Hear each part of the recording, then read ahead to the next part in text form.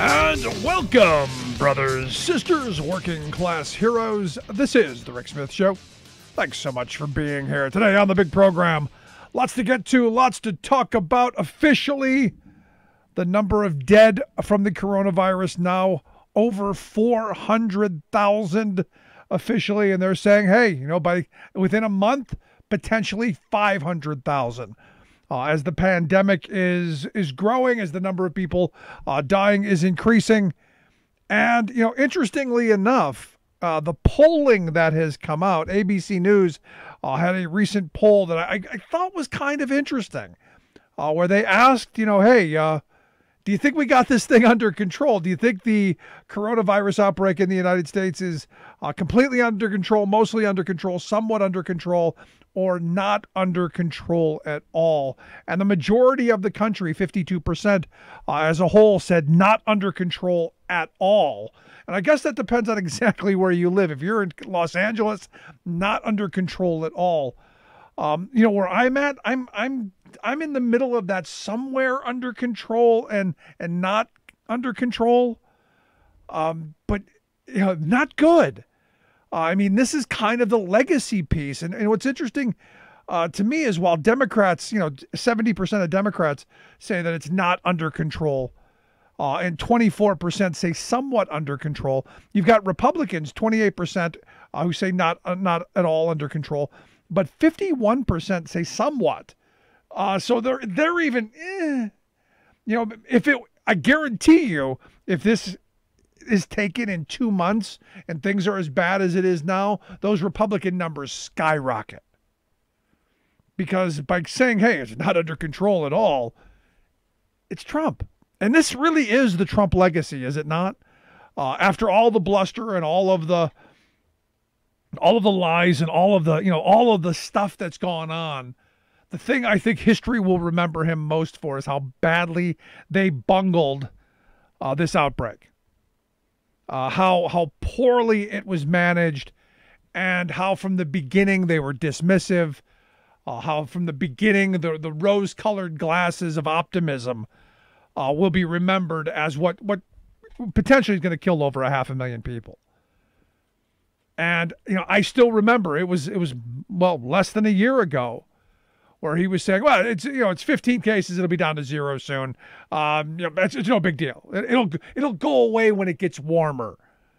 That's what history is going to remember. Now, he today, and I got to be honest, I watched the entire Trump 19 minutes and 47 seconds of probably, and I got to give him credit, probably the most presidential he has been since he's been in office. Now, look, that bar, not high.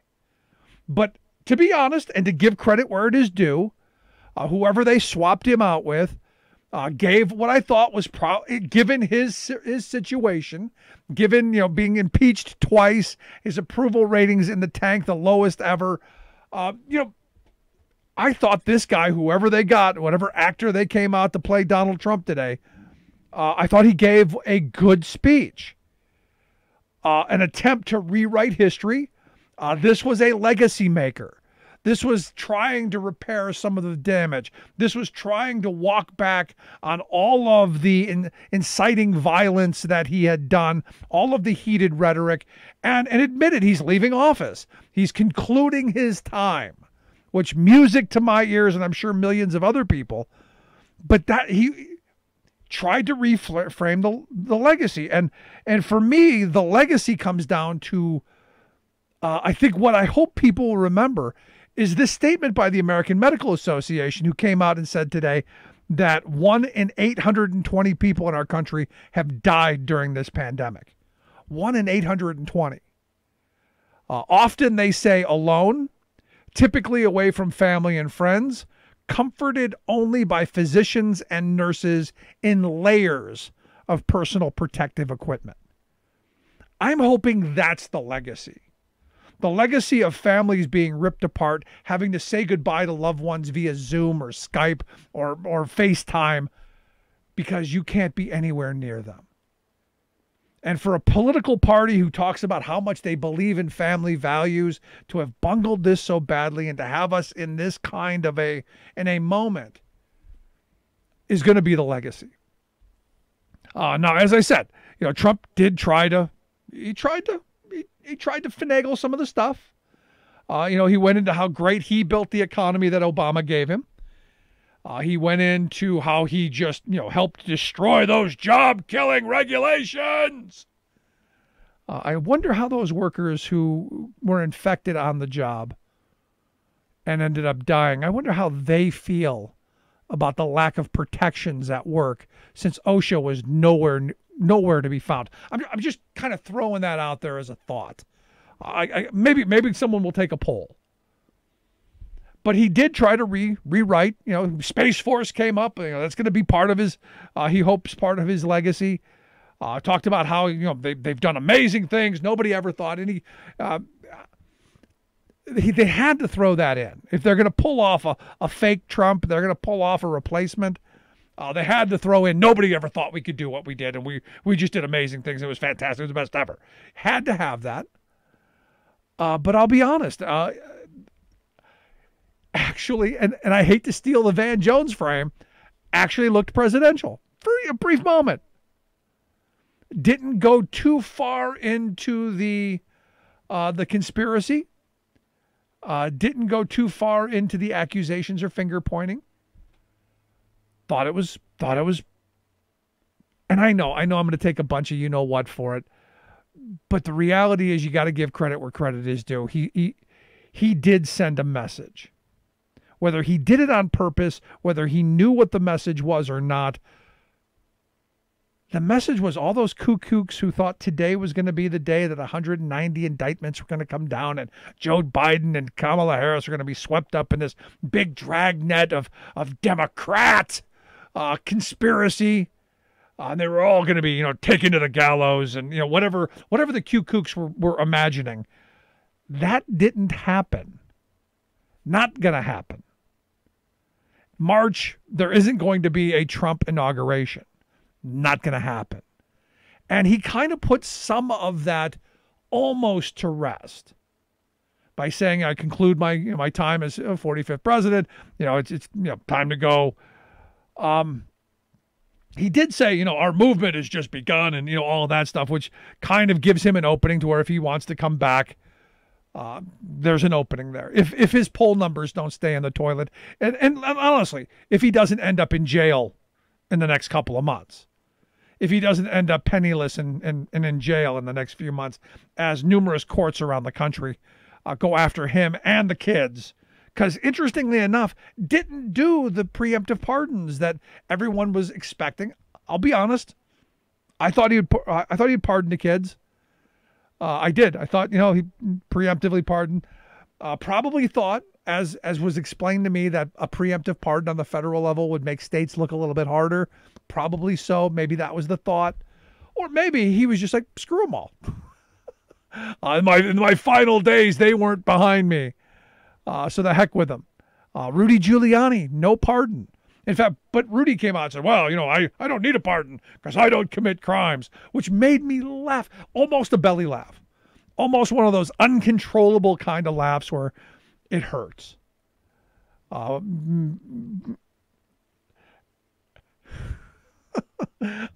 old saying is, you're so full of it, your eyes are brown. Rudy was so full of it, he was actually leaking it. And this is one of those moments where I was kind of surprised. Good news, tomorrow at noon, ticking down the hours, Joe Biden's going to put his hand on the Bible. He's going to raise his right hand and he's going to swear to uphold and defend the Constitution of these United States of America. And he will be the 46th president of the United States. And he will, on day one, get to work. The good thing, Trump will be long gone. Evidently, they're going to have a little shindig for him in the morning. I guess 8 a.m. he's having a little party. They're gonna wave goodbye and blow some streamers into the air and make him feel good. Good send off to Florida. And to be honest, I'm okay with it. Don't go away mad, just go away. Mike Pence will be going to the inauguration. Oddly enough, not going to the Trump party in the morning. He could easily make the transportation. They've got a helicopter, take him back pretty simply. Could have done it. It's not like he has to stand in line at security. But chose not to go to the Trump send-off, which I think kind of speaks volumes of the relationship there. But I digress a bit because Pence isn't the only one not going to the Trump shindig. House Minority Leader Kevin McCarthy not going, and Mitch McConnell not going, and not surprising. Today McConnell said, quite frankly, that Trump was responsible. He was the guy who provoked it. He said the mob was fed lies. They were provoked by the president and other powerful people. That is an indictment, as far as I'm concerned, of Donald Trump. He whipped those people into a frenzy because of all of the lies and the distortions and all of the misinformation. So I guess I'm not surprised that Mitch McConnell not going. It will be interesting to see if he does vote for impeachment. And again, we'll see where this goes. I got to be honest with you, just cards on the table. I don't know that Democrats should spend a whole lot of time on it because they're not going to convict him. It's not going to happen. But I do think there have to be the hearings. I do think we have to get to the bottom of everything, every crime this administration committed. Everything that they did has to be front and center. Absolute transparency is a must in this moment. And I've said the same thing about the Obama term. All those people, well, we should investigate Obama and what he did, around the Russiagate. And I go, yeah, I want to know. I want to know why they didn't do more. This is one of those moments where we need more information. And yes, I want to know why they didn't warn us more about what was going on.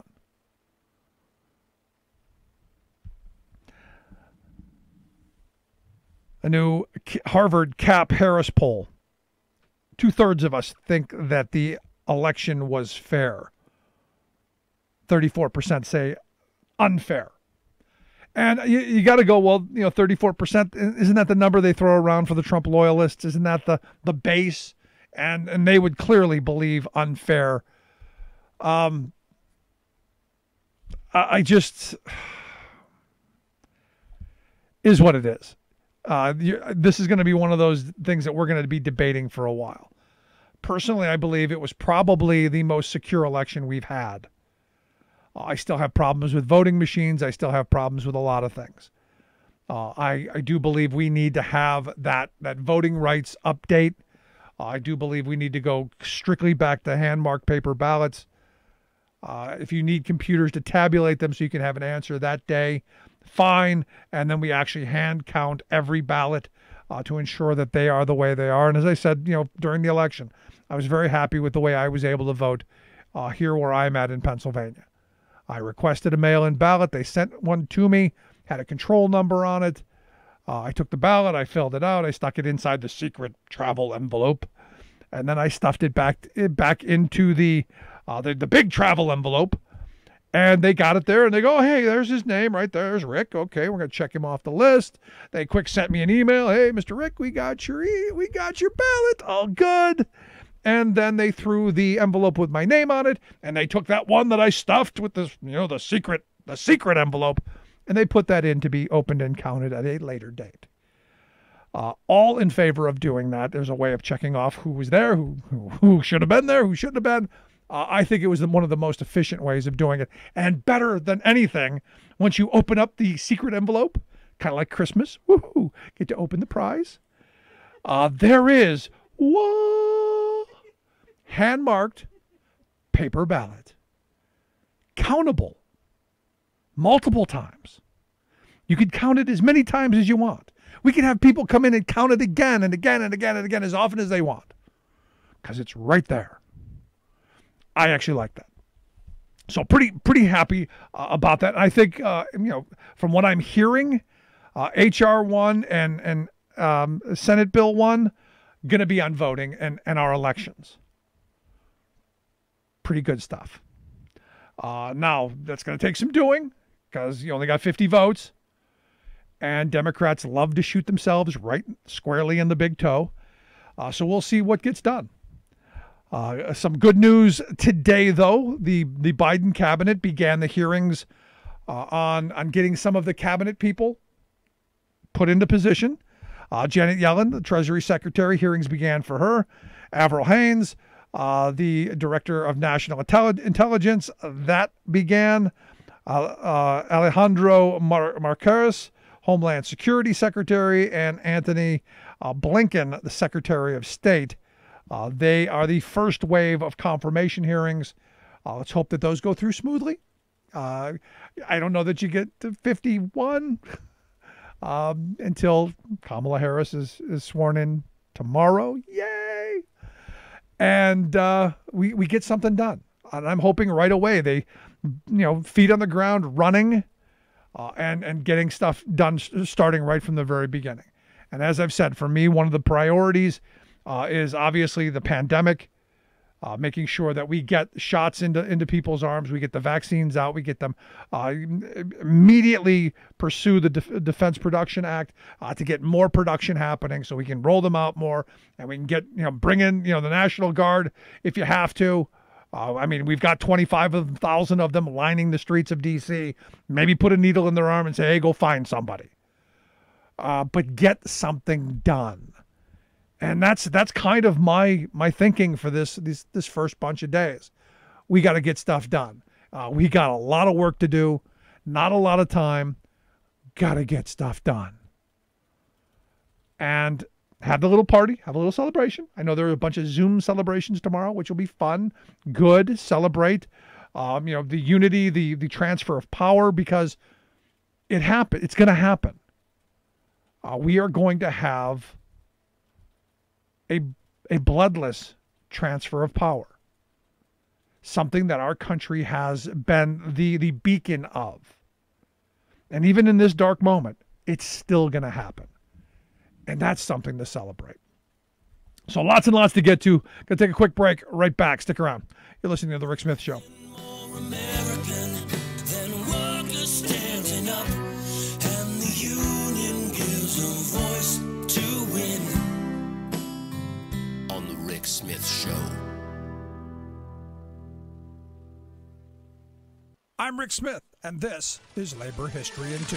On this day in labor history, the year was 1909. That was the day Lewis Hine photographed child workers standing on spinning frames to mend threads and replace empty bobbins at the Bib Mill No. 1 in Macon, Georgia. It was just one example of the appalling use of children in industrial labor. Hine built his career on photographic portraits of young miners and mill workers, child cotton pickers, and factory workers. In 1908, he was hired by the National Child Labor Committee to document child laborers across the country. For the next 15 years, Hine would contribute over 5,000 photographs to the cause of ending child labor. Photo historian Dale Kaplan described the ways in which Hine captured these images, writing, Hine, the gentleman actor and mimic, assumed a variety of personas, including Bible salesman, postcard salesman, and industrial photographer, making a record of factory machinery to gain entry into the workplace. When unable to deflect his confrontations with management, he simply waited outside the canneries, mines, factories, farms, and sweatshops with his 50 pounds of photographic equipment and photographed children as they entered and exited the workplace. NCLC investigators referenced the photographs in reports on particular industries and locations. The NCLC also used the photographs to illustrate its own publications and succeeded in placing them in newspapers, progressive publications, and exhibits. One NCLC poster that featured Hine's portrait read, "Making human junk. Shall industry be allowed to put these costs on society?" By 1912, the NCLC persuaded Congress to create a United States Children's Bureau. The two organizations worked together to investigate abuses of child laborers. Years of legislative and judicial battles followed, until finally, in 1938, Congress passed the Fair Labor Standards Act.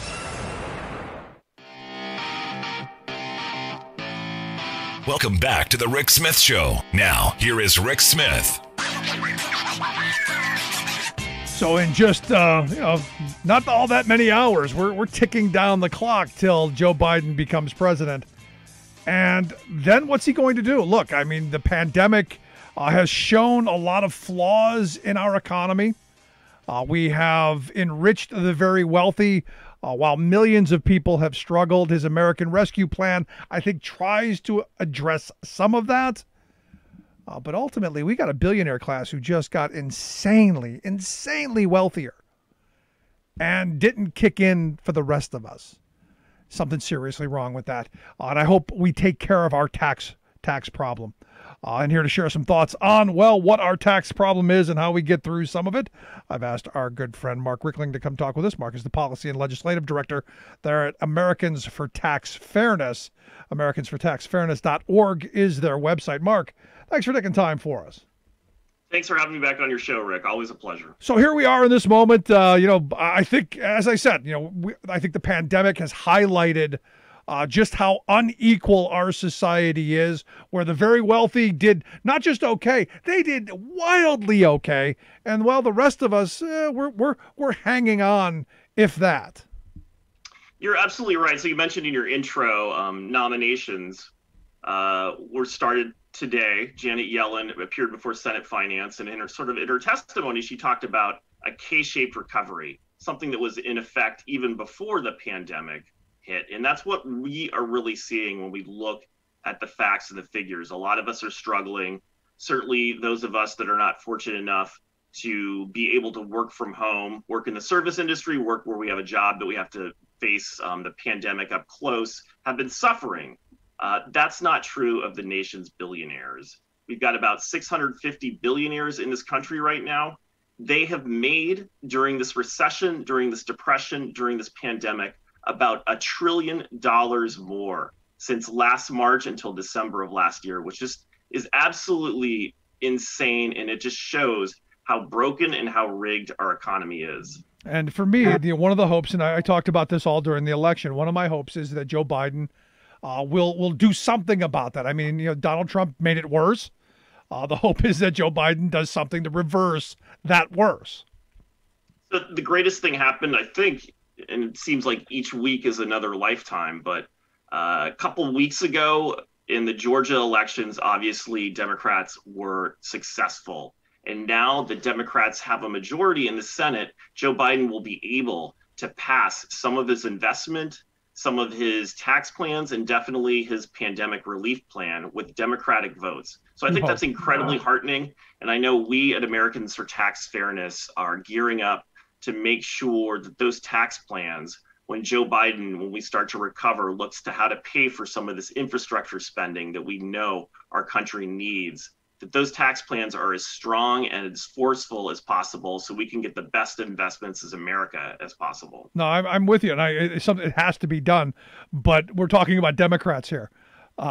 History has shown us that Democrats do convene the circular firing squad and end up shooting each other. And my fear is, with just 50 votes, there's always going to be one. That's a good point. And I think that's going to be a lot of our work as progressives trying to hold Democrats accountable. And I think Joe Biden was really smart in the way he put together his tax plans. I think we at Americans for Tax Fairness would quite frankly, would have been happier with a more aggressive tax plan. For instance, I know we've had this conversation before. I personally would like to see the tax rate put to where it was before the Trump tax cuts, before the TCJA lowered it from 35% down to 21%. We've kind of seen the effect of that in the first full year after the TCJA.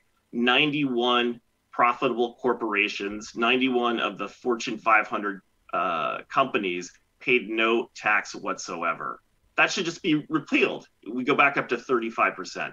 That's not where Joe Biden is. But going to your point of trying to keep the Democratic coalition together, he wants to increase that to 28%. So I think that's where something where we could get, a Joe Manchin, a Kristen Sinema, that she's the senator from Arizona. Joe Manchin obviously is the senator from West Virginia, kind of considered the key swing votes in the Senate, that's our hope, that we can get them to a 28% corporate tax increase, which would raise, close to $1 trillion in new revenue over the next 10 years, that we can go back to rebuilding America's infrastructure, rebuilding roads, rebuilding all the kinds of things we know we need to have a productive economy that works for everybody. Yeah, whereas you want to go and go back before Trump, I want to go back before Reagan.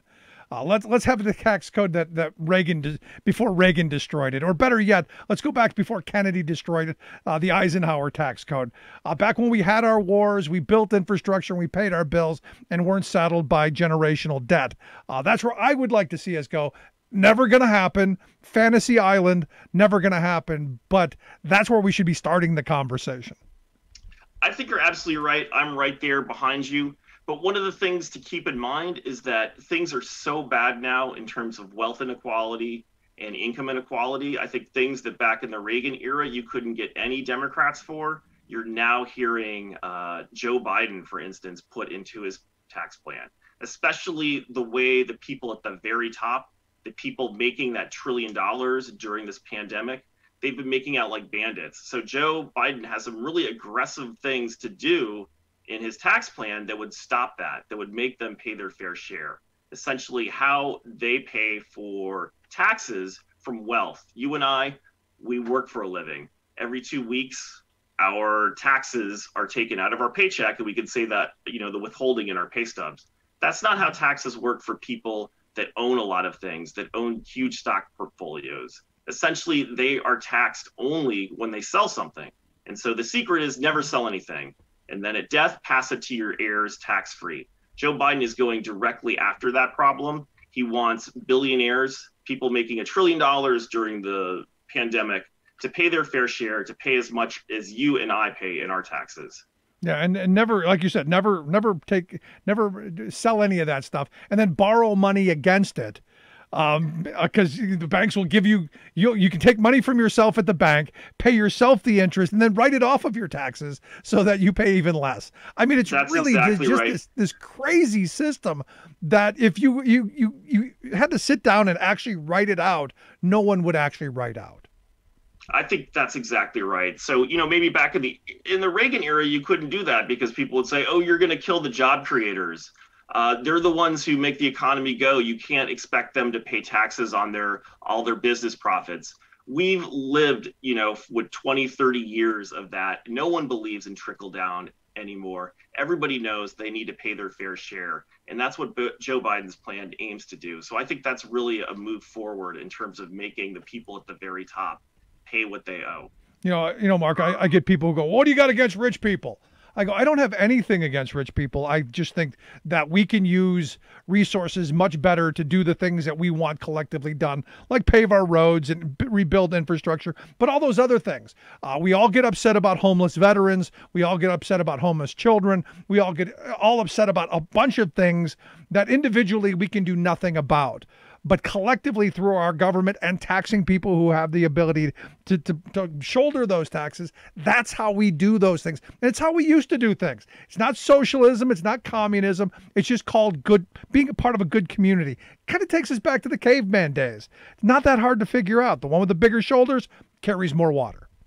That's absolutely right. I have nothing against Amazon. I think their service is incredibly useful. Maybe they're too big. If I was a business owner and forced to sell on their platform, I'd probably have a lot of thoughts about how their platform wasn't fair, and that I think is going to get addressed in some of the antitrust hearings. But from a tax perspective, it's simply not fair that I paid more taxes than Amazon paid in 2018. That is just crazy. They made billions of dollars. They paid no taxes. I paid tax as a simple working stiff, on my salary. That's just not the way it should be. And Joe Biden has a plan to fix that. Yeah, I'm looking forward to it. Now, the thing that bothers me is, any of these changes obviously are going to come with a huge blowback because we've given the rich and powerful so much money, so much wealth. And to be honest, what they've done is we've given it to them under the guise that they were going to use it to create jobs and help the economy because they're benevolent and they care about society. But what they ended up doing is they turned around and then they used it to buy our government. Best democracy money can buy. and they've had laws written to help themselves. And I look at the piece you guys just came out with, that just a handful of these billionaires who backed Trump, gave like $240 million worth of campaign contributions, and for it, made a whole ton of money off of it. That's exactly right. They were the prime beneficiaries of the Trump tax law that they passed at the end of 2017.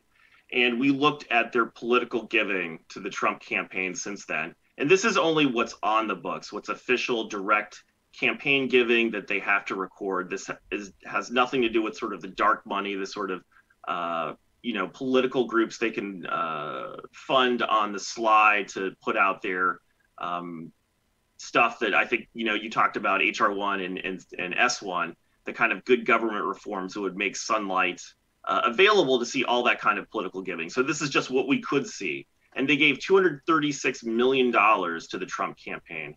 Over half of that came from one individual, Sheldon Adelson, and his wife, Miriam. Sheldon, of course, passed away the week before, and his giving is about $120 million alone from that couple to the Trump campaign. And here's a guy who's worth $36 billion. 120 million. That's almost couch cushion money.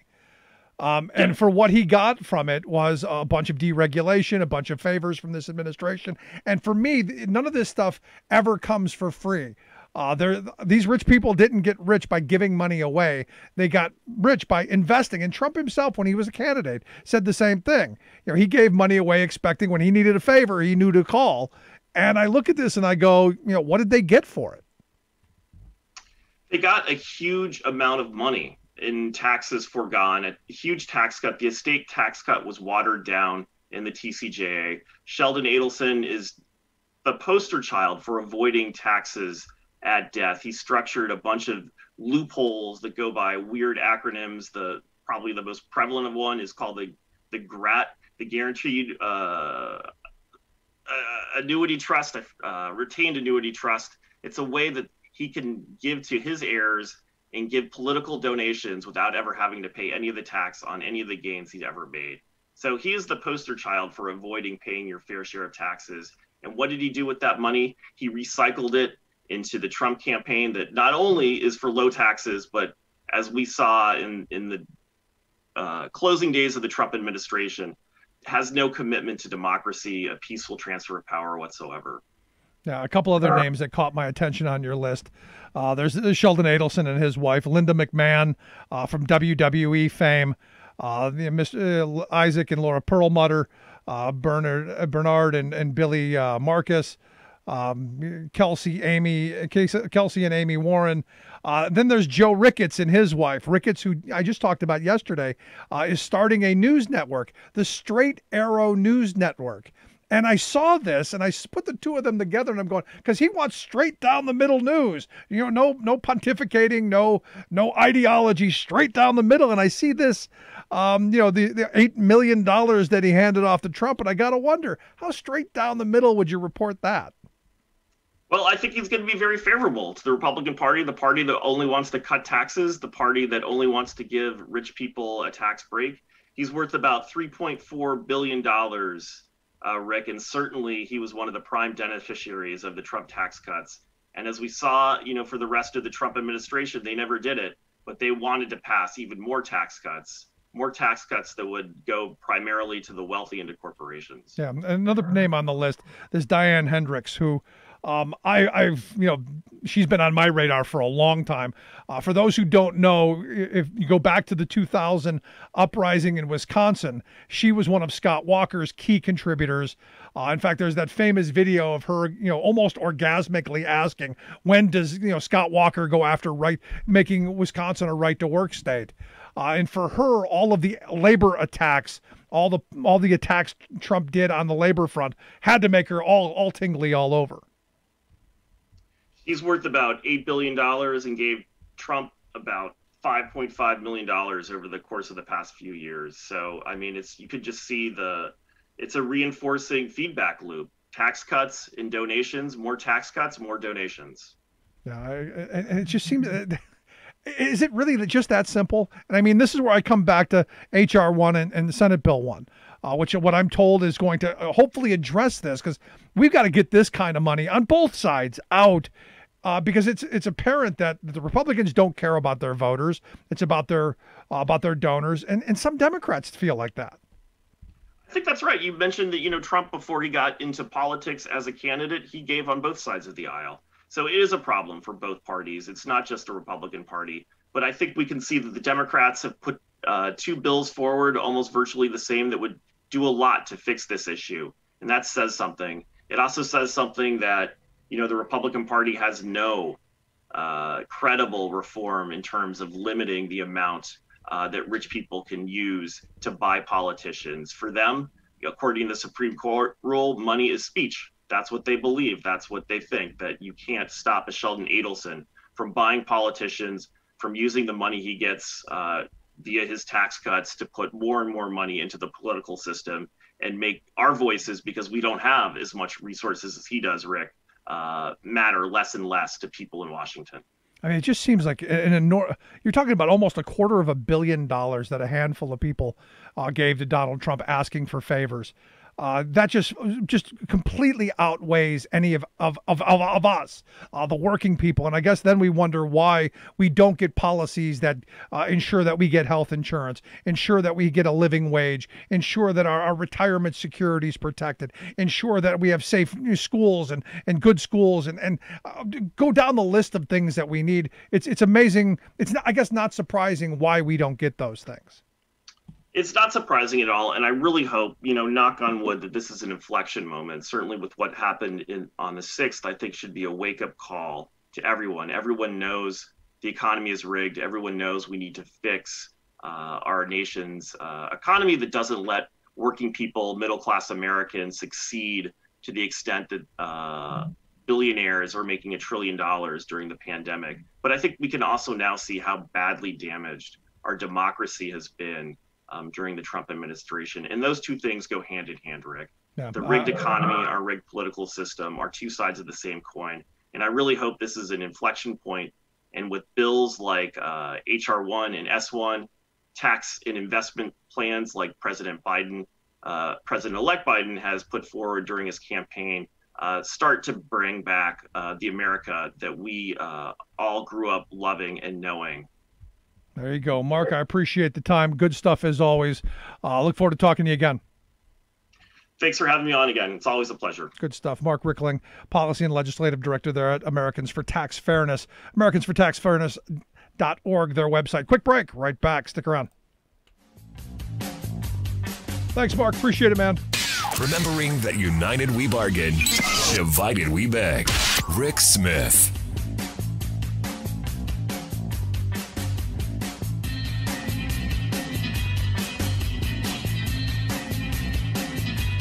I'm Rick Smith, and this is Labor History in 2. On this day in labor history, the year was 1915. That was the day that 2 striking workers were shot and killed by gunmen hired by a fertilizer plant in New Jersey.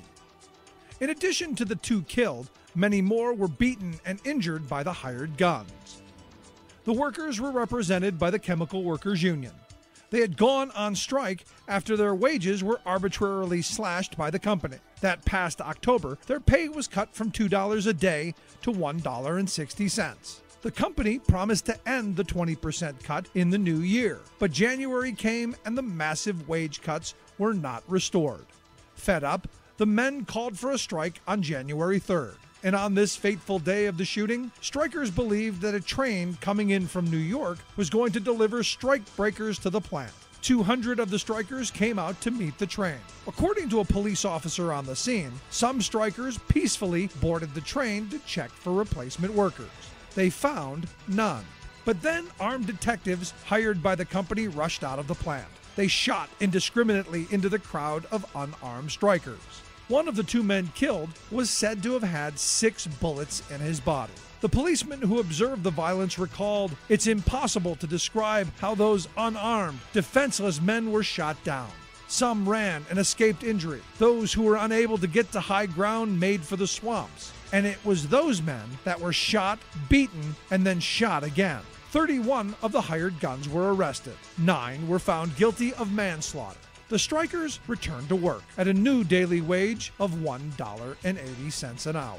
Labor History in 2 brought to you by the Illinois Labor History Society and The Rick Smith Show. For more information, go to laborhistoryin2.com, like us on Facebook, and follow us on the Twitters at Labor History in 2.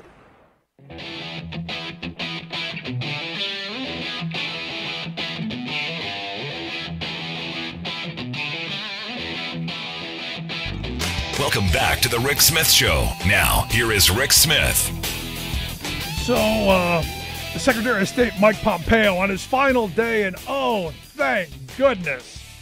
But on his final day, he says in a statement, after careful examination of the available facts, I have determined that since at least March 2017, the People's Republic of China, under the direction and control of the Chinese Communist Party, has committed crimes against humanity, against the predominantly Muslim Uyghurs and other members of ethnic and religious minority groups in Xinjiang. He went on to say that the Chinese Communist Party has also committed genocide. Since at least March of 2017, someone was president during that time. Someone was in charge during that time, and we're now finding out on the last day. Yeah, I don't think you get this one as a win. Here to share some thoughts on, well, this now admission and what this means for Joe Biden. Tomorrow, I've asked our good friend Scott Paul to come talk with us. Scott is the president of the Alliance for American Manufacturing, AmericanManufacturing.org, their website. Scott, thanks for taking time for us. Hey, Rick, it's great to be with you, especially today. So I'm looking at this and I'm going, 2017, that was a long time ago. What you been doing since? Yeah. I mean, keep in mind, Trump took office just 2 months before that, right? So they've had a while to think about this and to act on it.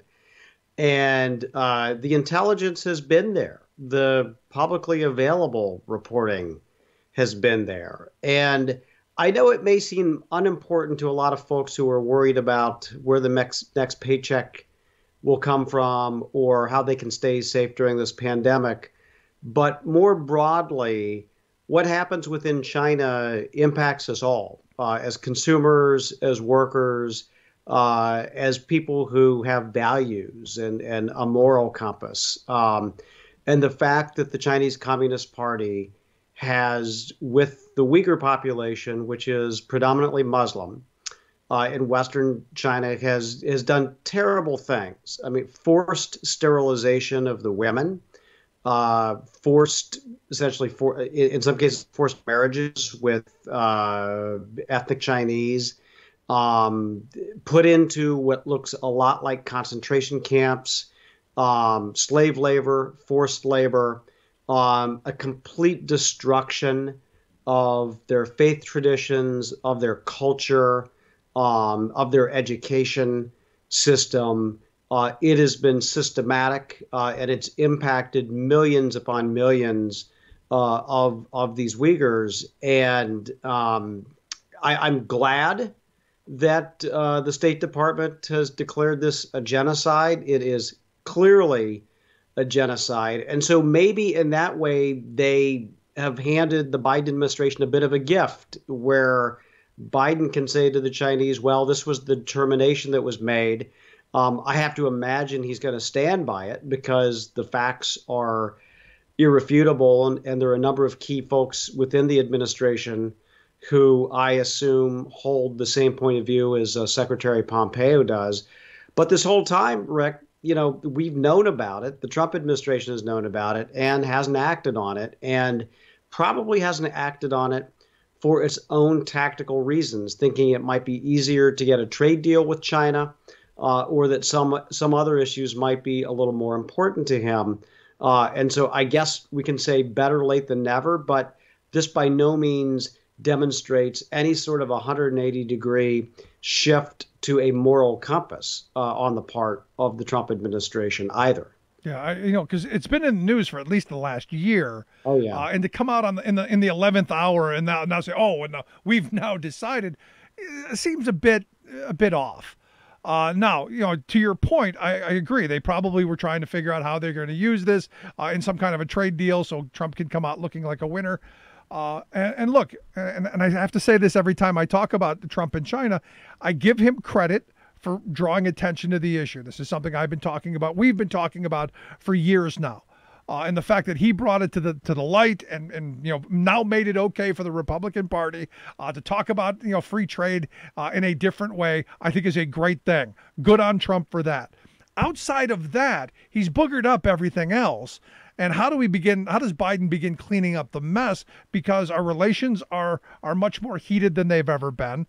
Our trade deficits are bigger than they've ever been. And our dependence and reliance on China are in this moment of pandemic, are even worse than they've ever been. So Biden's kind of got a real crummy hand. Yeah. Yeah, he's been handed a terrible hand by Donald Trump.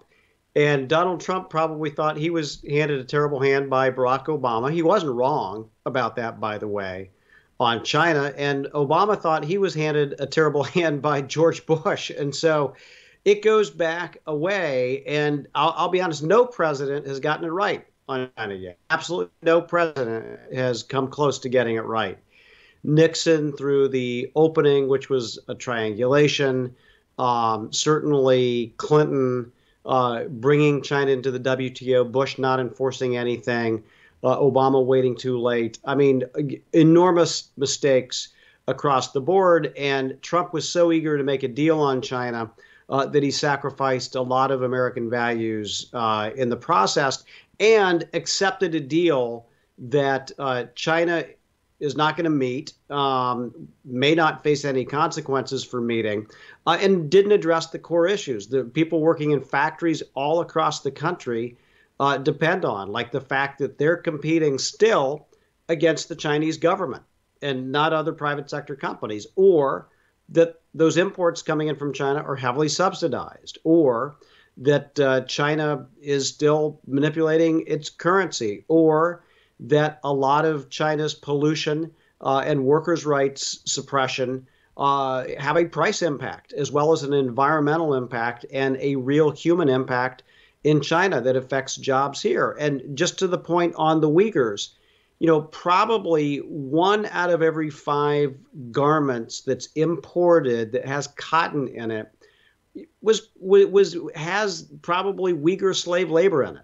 And so if you imagine most Americans going into their closet right now, pulling out their clothes, finding made in China, I mean, they're part of the problem too. And so we have a lot of cleanup to do. And I do think that there is a path for Biden, that he knows he can't go back to the way it was during the Obama administration, nor should it. And I think he knows that it would be unwise to take those tariffs away right now, because they do present a form of leverage for Joe Biden. And so that is important.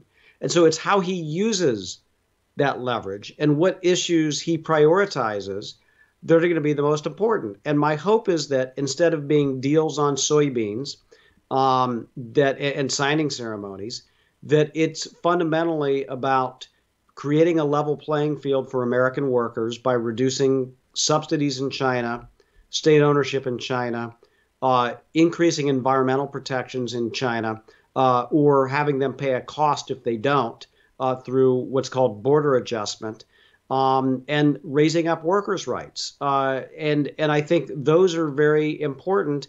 And at the same time, and this is part of the Build Back Better agenda, we need to invest here at home. I mean, just because you're putting tariffs on China doesn't mean that you're suddenly going to make America more competitive. And that's what Trump missed. You need to invest in workers. You need to invest in our own innovation. We need a tax code that is fair to the middle class. You need to make sure that we have a skills training program that is broad-based. And we need to build up our own capabilities. And you can do that through Buy America and other procurement mechanisms as well.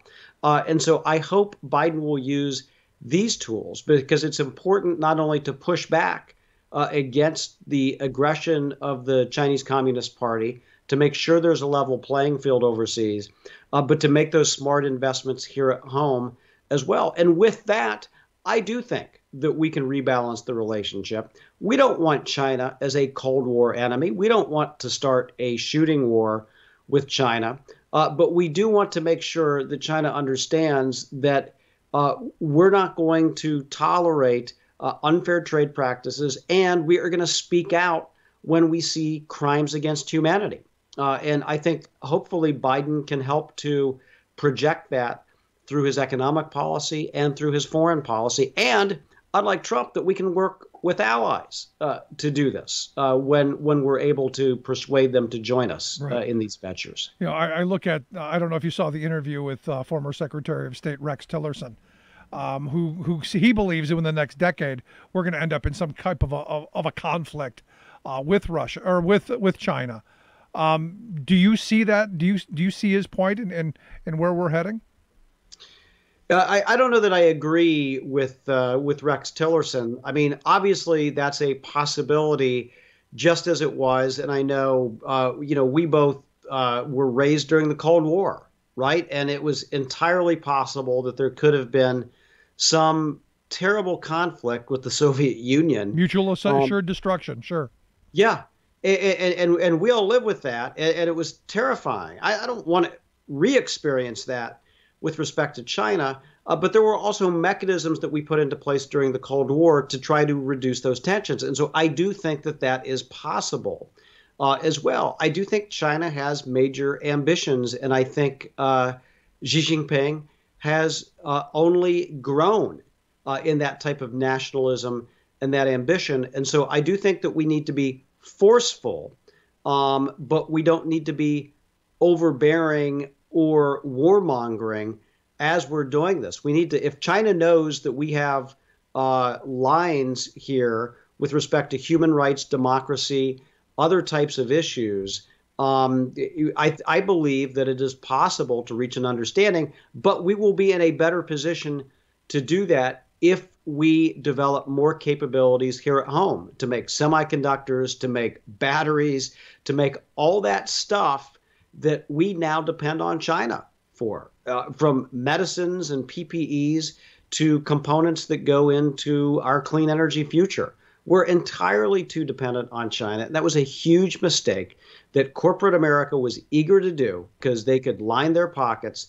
And unfortunately, some in government thought was good because they think they could bring China into the community of nations and prompt, I guess, more collaborative behavior, which didn't work out. And so we do need to reclaim some of that. I don't necessarily think this ends in conflict with China, but I think we have to understand that they are a strategic competitor, that we have to take it seriously, and that we can no longer harbor the notion that being kind to China or expecting more trade with China will lead to more democracy is going to be the outcome, because it's not. Yeah. And the past couple of decades have shown that. No, you're right. And I wish I could be as generous as you are that politicians thought that we could bring them in and we would all live happily together and all that kind of stuff.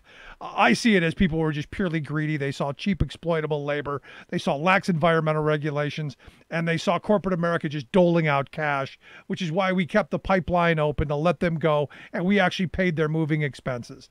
To me, we gave our manufacturing base away, and we've created the moment that we're in. But my fear is that over the last 4 years, Donald Trump has walked away from the international community. For the last 10 years, we've walked away from foreign aid and helping other places. That's only made China be able to fill that void and become stronger around the world. So getting more people around with us to hold them in check seems to be much more difficult today than it was 4 years ago. Yeah, it is and it isn't. I do think that Biden will engender far more trust coming into office than Trump ever did. Okay, so I think that he has that going for them.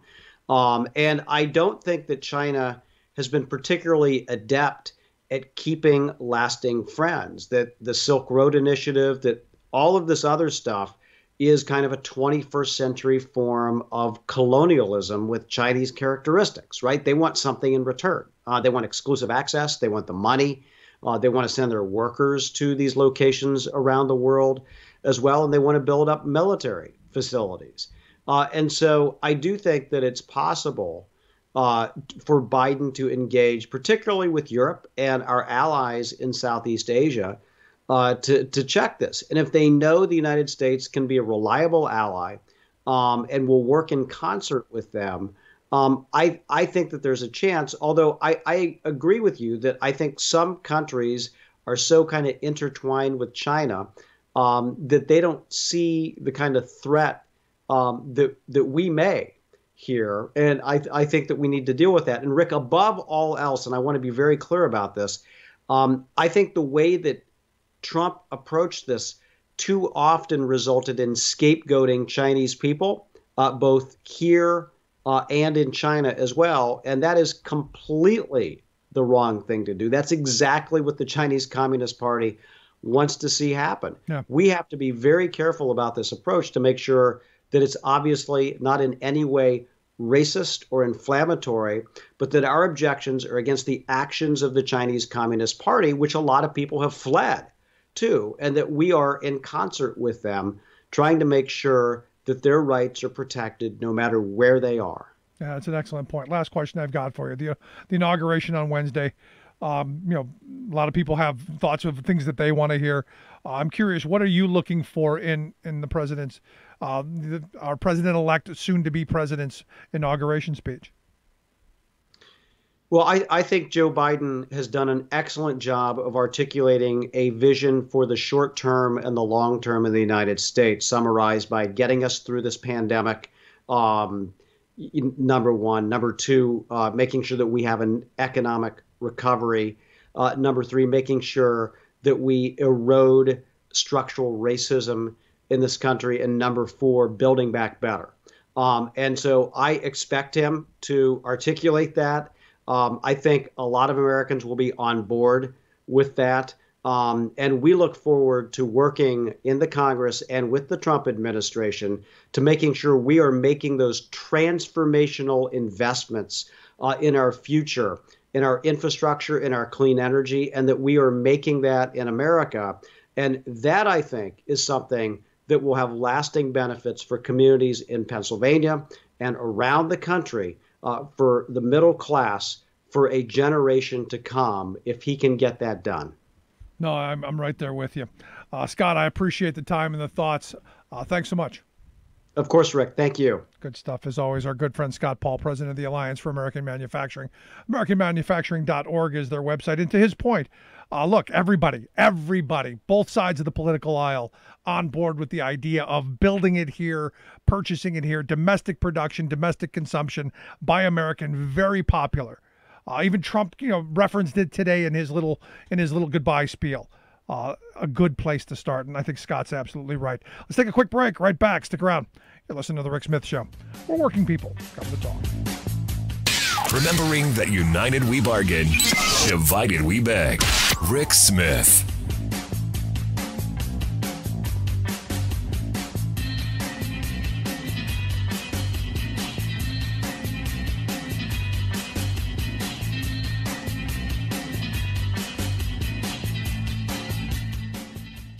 I'm Rick Smith, and this is Labor History in 2.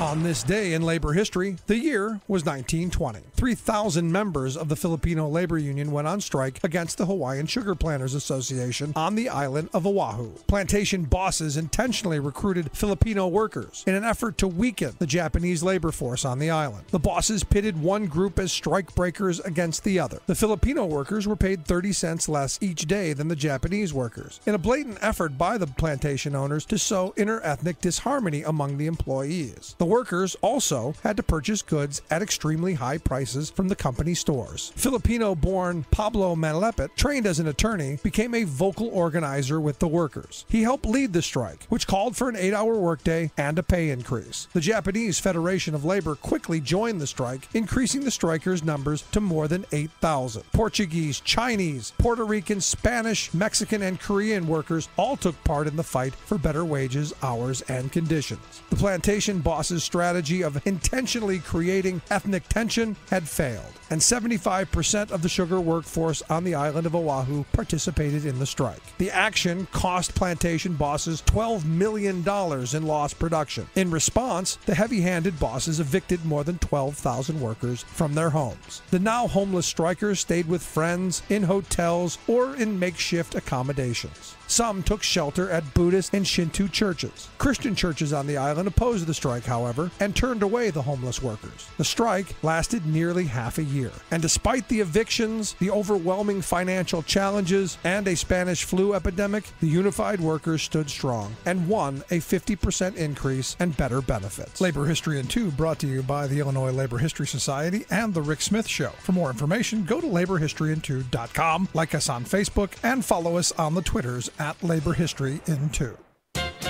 You can't poke into any issue in Congress without stumbling over sacks full of corporate campaign donations.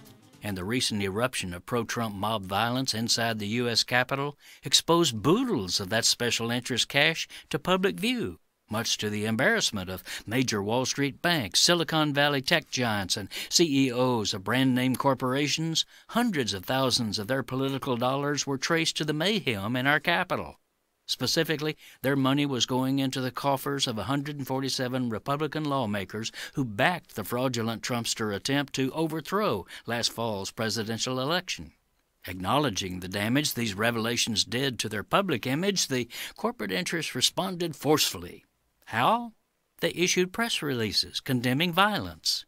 Well, that'll make things better. Okay, in fairness, quite a few firms added a bit of bite to their bark by suggesting that maybe they wouldn't be so cavalier about tossing out political contributions in the future. Citigroup, J.P. Morgan, and Goldman Sachs announced that they would, quote, pause donations to all candidates. Other groups like Marriott said they were suspending donations, and others like FedEx said they were monitoring the situation. Notice the profusion of wiggle words in these professions of corporate principle. The executives are really not biting the system, but merely gumming it for a while. Then, once public attention has drifted, the corporate congressional complex will be back to business as usual. After all, while they deplore Trump's racism, sexism, xenophobia, and overall immorality, they've gleefully taken it all to the bank, rationalizing, legitimizing, and profiting from his corrupt presidency. This is Jim Hightower saying it's not armed rioters from outside the system who are the main threat to our democracy, but insiders who manipulate the system at our expense. Hightower's commentaries are brought to you by the Hightower Lowdown, the monthly newsletter with Hightower's take on what Wall Street and Washington are up to. For information, visit hightowerlowdown.org. Welcome back to the Rick Smith Show. Now, here is Rick Smith. The first scandal of the Biden administration already. We're already looking at the gates. That's right. Joe Biden has a Peloton. I had to look this up. Evidently, security experts are worried that this is going to cause a national security crisis. It's going to be Pedalgate or Peloton pedal or whatever, something like this. But they claim that the bike has cybersecurity problems. And, my mind went into this spot where I'm going, really? We're going to care about cybersecurity over this stationary bike when over the last 4 years, the geniuses that have been running our cybersecurity have, not been the greatest. So the bike, we're worried about that. Welcome to the new. And I'll tell you, I'm actually okay with this. I'm actually okay with this scandal. Anyway, here to share some thoughts on, the big day tomorrow, the inauguration, and moving forward. And maybe we can get something out of her on Peloton Gate. I don't know. I've asked our good friend Helaine Olen to come talk with us. Helaine is an opinion writer over at the Washington Post and a good friend of the program. Helaine, thanks for taking time for us. Thank you for having me on. So Pedal Gate, it's Peloton Gate. I gotta think of a better name, but we got this damn bike. I don't have an opinion on this whatsoever, except to say Joe Biden is better than me if he's biking in his house at this point. So, I'm hoping something can be worked out for him. Yeah, I just think it's stupid. But hey, it was something. It was a big something. Let's talk about something that's really important. I'm kind of upset, kind of bummed out. You wrote a piece on this. Katie Porter not on the House Financial Services Committee. I'm actually kind of angry about this. I think a lot of people are. It was something of a shock, and nobody quite knows exactly what happened, except to say that she's definitely off.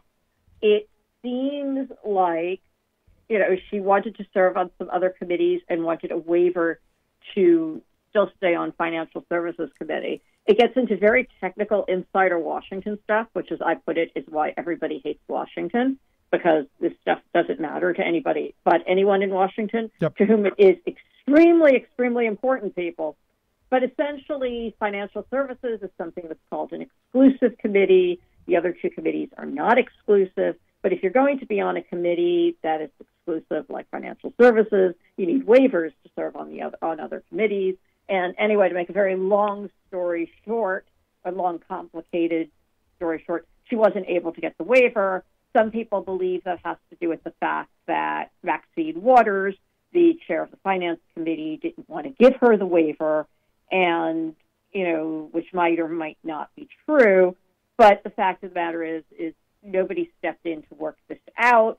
And Katie Porter, who became a star in part because of what she did on the Financial Services Committee, and, has a certain celebrity because of that committee, and potentially held her seat in Orange County, California, where several other seats turned over to Republicans in this go-round because of some of her work on that committee, is no longer on that committee. And it feels very petty, and it feels like the people who are really losing in all of this are the many Americans who depended on Porter, whose questioning of people, like Jamie Dimon on that committee, when he appeared before that committee, like Steve Mnuchin, was extremely thorough and harsh.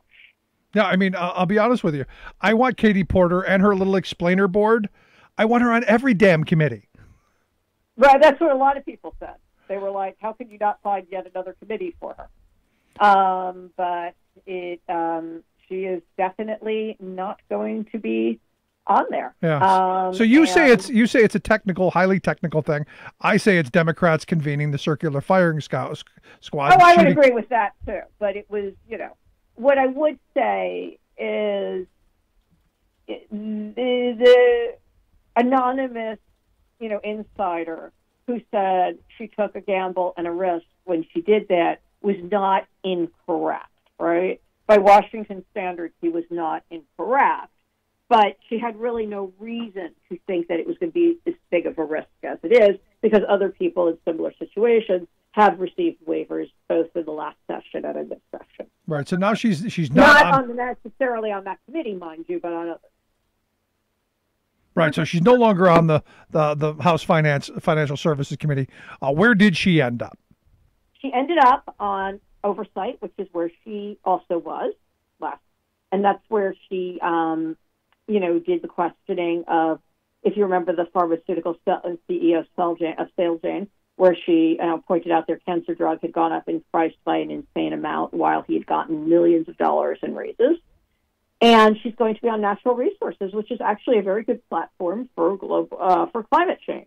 And I am sure she will ask many hard questions on that topic. But the fact of the matter is still she is no longer on Financial Services, and that's a loss for all of us. Yeah. Do we know who replaced her? Well, we don't. We know that that other people are going on it. We also know that the committee shrunk slightly on this go round. That the Democratic majority in the House is smaller on this go round. So. Well, we'll see. I'm sad to see her go. I think she was important on that committee, and we'll see what she does in the other assignments. But I love somebody who's going to stand up for the little guy and bring out the little explainer boards. I do like that. I think everybody does, and I think it's extremely unfortunate for everybody that she's off. It feels like a lot of petty Washington insider stuff. And it feels like it's something that should have been worked out. and probably could have been worked out if everybody wanted a solution. Yeah, I mean, it's crazy that, this is how we're going to start this administration off, with something stupid like this that, like, as you point out, could have been worked out. Obviously, the big inauguration tomorrow. What are you hoping to hear from Joe Biden as he gives his inauguration? Oh, gosh. I mean, anything is an improvement over what we've been dealing with for the past 5 years. So it's funny, I haven't really thought about it that way. What I would say is that I would like to hear him say that he's going to help people, that, millions of Americans, literally do not have enough money for food at this point. And it is, they need help. And the more he can offer that, the better. Yeah. No, I'm with you. And his American Rescue Plan I think is a step in that right direction. But here's the thing: Donald Trump was helping some people. He helped Ivanka and Jared's neighbor make about $3,000 a month. Yeah, look, some people made money off of Donald Trump. Just you and I did not. I am hoping that Biden addresses that. I am hoping, as I said, I'd like to hear him, offer up, some thoughts, on the crisis we're going through now. But he did that tonight already. I'm sure he will do more of that tomorrow. But as I said, I mean, basically, the fact that he's simply up there is a huge improvement. Yeah. It's almost anything he says is secondary because I'm so happy he's got the job. Because here's the weird thing. Did you see Trump's speech today? I saw part of it. He sounded drugged. I think that's the most presidential he's ever sounded. I don't know what it was, but I'm going, this has got to be a double. There's no way that that's the same guy who on Monday, the Monday before last was, just in full grievance mode. This guy was the guy that they put out in front of us today was actually, I think, thinking about legacy, and actually I thought gave a really good speech for him. I know the standards are so low, right? Yeah. I mean, for him's way down here. He's. It was fine. I mean, I'm sure they did multiple takes of it because he's never that gracious on the first go round. And as I said, I thought he sounded slightly muted, and which I get. I mean, I'd be really upset too had I lost the presidency, even if I wasn't a creep like Donald Trump. So there you are. Yeah, if you do it well, we'll give you ice cream. Mm-hmm. So he. I am sure he is timing these pardons for whenever they're coming down. They haven't come down yet, right? I haven't checked in the past hour, but last I checked, they hadn't come down. I am sure he is saving them to cause them to try to get the maximum coverage for him and not for Joe Biden, which tells you just how much he hasn't changed. No, but I'll tell you, since he lost his Twitter account, since they stopped allowing him to destroy the nation with Twitter, the amount of noise that he's been able to cause has been really diminished. And it's one of those things that I said from the beginning, had they taken that thing away from him, 4 years ago, maybe we wouldn't have had to endure the pain and misery that has been the last 4 years. No, I know.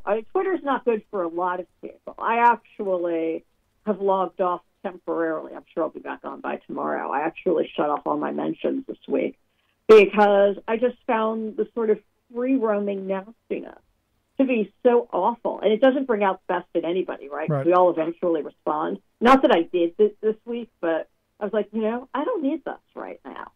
But here's the thing. If I could be adult enough to do that, why the hell can't he? I'm just a writer, right? I'm just a random person. What about him? He's the president. Show some control.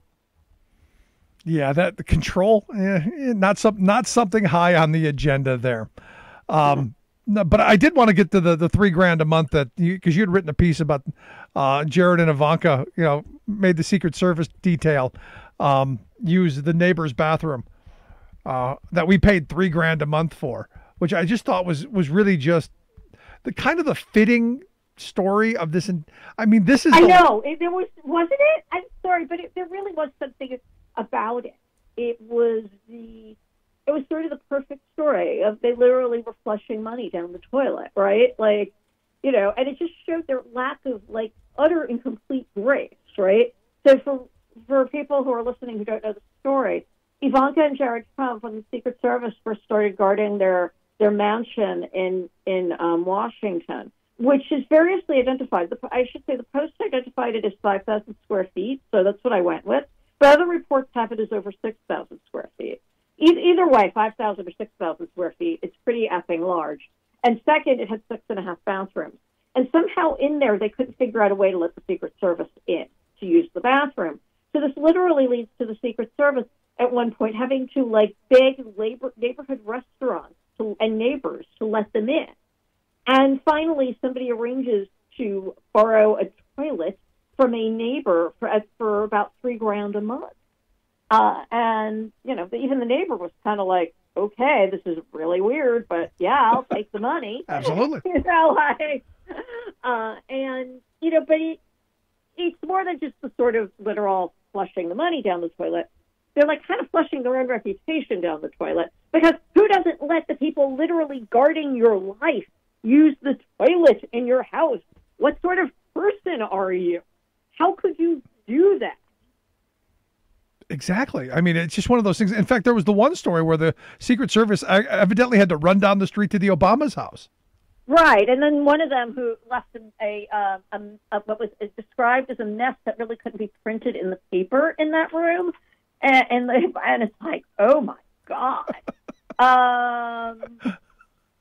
And so it just was, there's just something quintessential Trump about it. Yeah. Graceless, taking people for granted, trashing things. I mean, just sort of across the board awful. Yeah. Now, so let me ask you this, because, obviously I'm sure Ivanka and Jared have future aspirations. I know one of the other Trump girls is thinking about running for Senate and I guess it's North Carolina. And there was some talk of someone in Florida. There's a bunch of Trumps now feel entitled to run for office. Does this tarnish their rise, or is this just another one of those tick off the box of, yeah, we expect that? I think it's just another tick off the box. I mean, the thing about living in the age of social media is that nobody has a long-term memory anymore. So it all kind of washes away within a few weeks. Do I think Jared and Ivanka have political futures? Probably not, because they're real stiffs if you ever see them speak. Jared especially. But Ivanka's not exactly that great either. And I would, none of the Trump kids appear to have anything resembling this. I mean, I hate to say this about Donald Trump, but that guy does have a certain amount of charm, when he's not being an absolutely awful human being. No, he's an excellent used car salesman. Yeah, he's an excellent used car salesman. He can be kind of funny.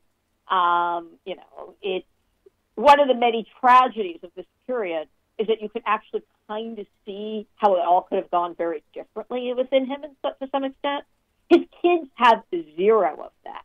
They don't appear to have anything resembling his sense of humor. They don't appear to have anything resembling his looks, frankly. He was quite handsome when he was younger. They're just kind of like pale carbon copies of him. It's almost like they got none of his talents. Not that his talents were that extraordinary, but imagine having sort of Donald Trump minus that. That you're just kind of like, ugh. Yeah. Just shameless people. Legacy names are powerful. We all know that. So maybe they will go somewhere. Who knows? Yeah, they're just shameless people. I mean, it is what it is. Right. And it's not surprising to me. And I'll be honest, Wednesday at noon, I'll be happy to be done with him and moving forward. Now, you're kind of like the economic guru in my view. Your background as an author, you wrote the book Pound Foolish, co-authored The Index Card, really fantastic financial reads. How do we get out of the financial mess that Trump has put us in? Does this American recovery package that Biden has put forth, does this help? Does this move us in the right direction? It certainly helps. I mean, I don't think anything can really get this back moving till we reopen stuff. I mean, there's not like there's no amount of money that can totally make this better. And I think the more honest we are about it, the better. But at the same time, as this proceeds, things will improve because, a functioning economy is definitively better than a non-functioning economy. So, and the more he helps people and businesses that, are by the wayside, the better off we will all be. When people are saying, oh, how could you want to give, a $1,400 check or a $2,000 check or whatever the heck it is, it's like, you should want to give it because the more money that's sitting there ready to go, the better. And moreover, the more money that goes out, the more likely people are to support giving help to the people who truly need it. Yeah. I mean, we all have this idea like Americans are these incredibly selfless people and they're going to help the people in need, which is obvious BS, right? The fact of the matter is people like to see themselves helped as well. So the more everybody gets buttressed up, even if they don't really need it, probably the better off we all are, unfortunately. No, absolutely. So when it reopens, there's an explosion. And as as I remembered my 8th grade history class, this is what happened in 1920. This is what happened after the 1918 plague. People had all this stuff pent up, and then when it was reopen time, you had the Roaring '20s. Right. And and I think people are desperate for entertainment, frankly. So I think when things do open, there's going to be something of an explosion of pent up energy. That's probably true whether money was sent through the economy or not. But that Biden is trying to make that happen is by definition a good thing, and it's going to help things get better. Yeah, and that's important, and that's really, really important. Do I think there should be more stuff? Yeah, I think restaurants and gyms and stuff like that deserve more targeted aid than they've gotten so far. I mean, they really, really do. They've really taken it on the chin, and it's not very fair, in my view, that, they were ordered to be shut with, inadequate compensation. I've got real issues with that, truthfully. Me too.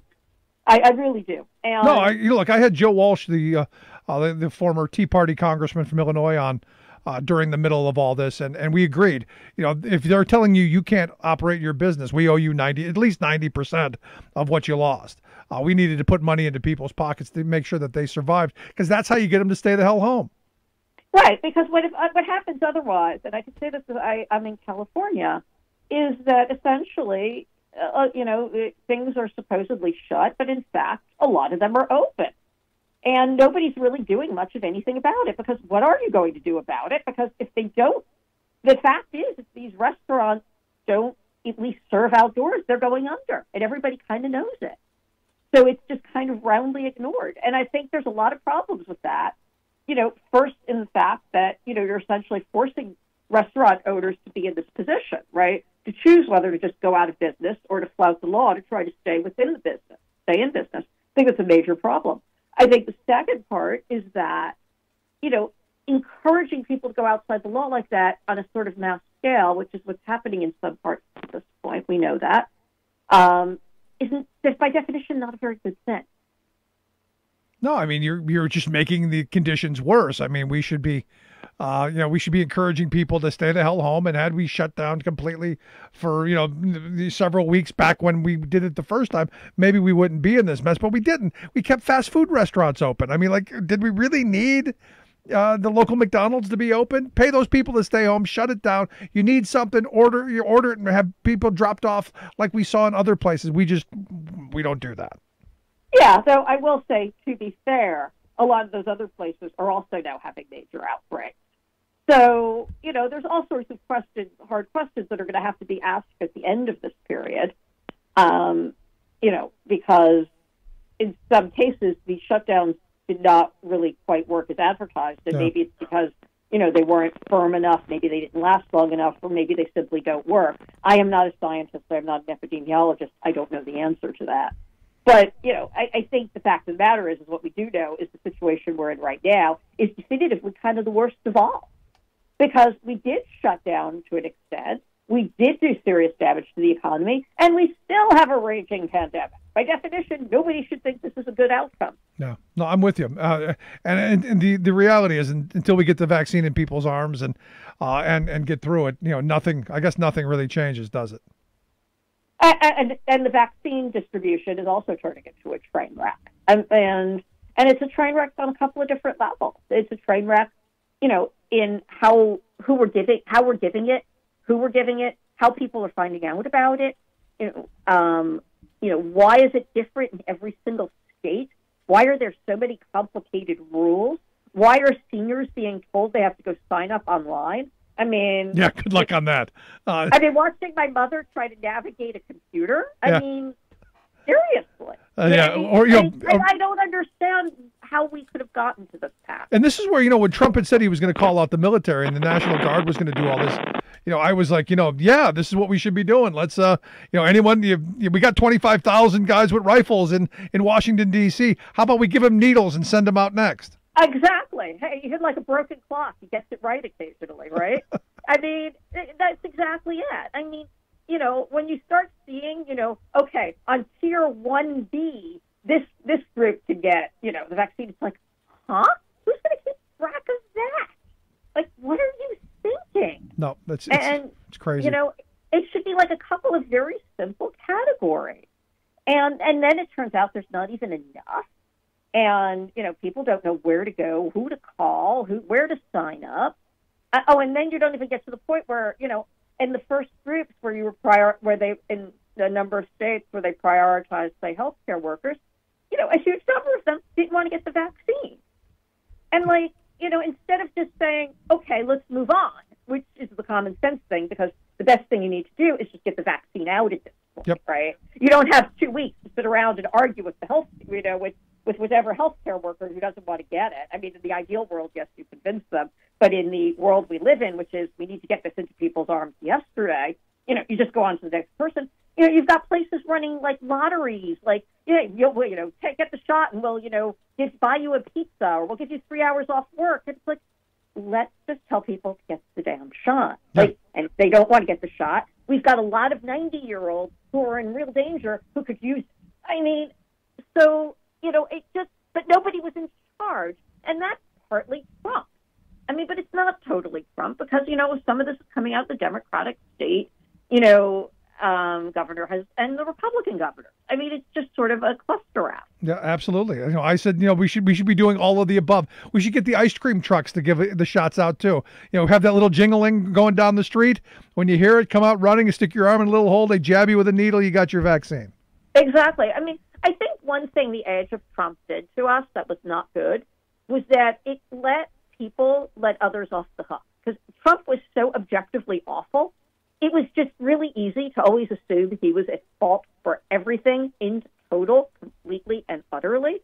And he really was at fault in most things to some extent, often to a great extent. Yep. But it goes back to the old argument: was Trump getting elected the cause of all our problems or the culmination of all our problems? I say the culmination of all of our I problems. would say it was the culmination too. And I think kind of vaccine disaster is kind of a perfect demonstration of how he made a bad problem worse, but he certainly wasn't completely at fault because in most states they couldn't seem to manage how to do this in any effective way.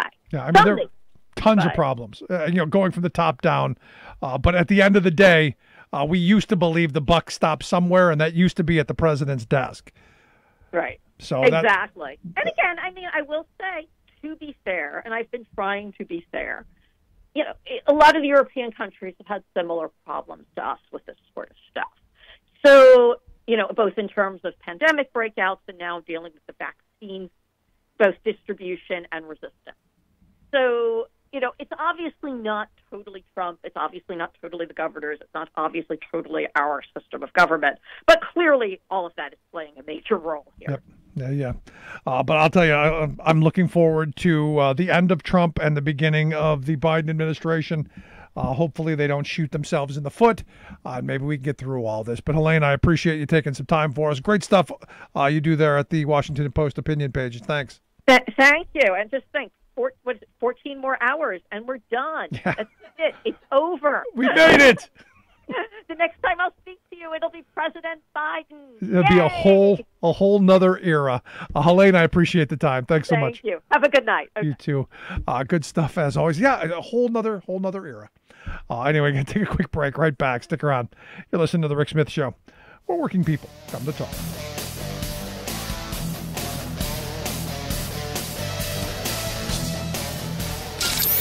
Waving the flag of freedom for people, not corporations. Rick Smith.